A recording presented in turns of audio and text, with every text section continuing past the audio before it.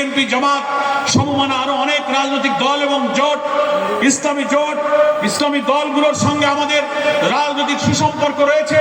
আমরা চেষ্টা করছি নির্বাচনকে সামনে রেখে সেই ঐক্য, সেই সংহতি রক্ষা করেই ফ্যাসিবাদী শক্তিকে এদেশে রাজনৈতিকভাবে নির্মূল করতে হবে।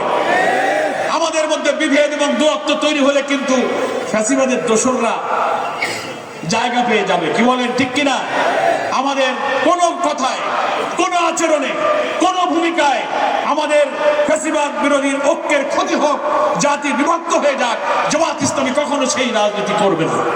আমি সকল রাজনৈতিক দলের কাছে এই আহ্বান জানাতে চাই যে আসুন, আমাদের 5ই আগস্টের এত হাজারো জনতার রক্তদান, এত লোকের ফাঁসি, এত জুলুম, লক্ষ লক্ষ লোকের মামলা, রিমান্ডে নিষ্ঠুর নির্যাতন করা হয়েছে, সেই আত্মত্যাগের দিকে তাকিয়ে দলীয় স্বার্থের চেয়ে দেশপ্রেম, জাতীয় স্বার্থ, মূল্যবোধ রক্ষাকে গুরুত্ব দেন।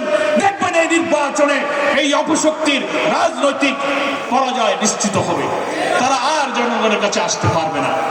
আমরা মিলেমিশে আগামী জাতীয় নির্বাচন যত নিকটে আসবে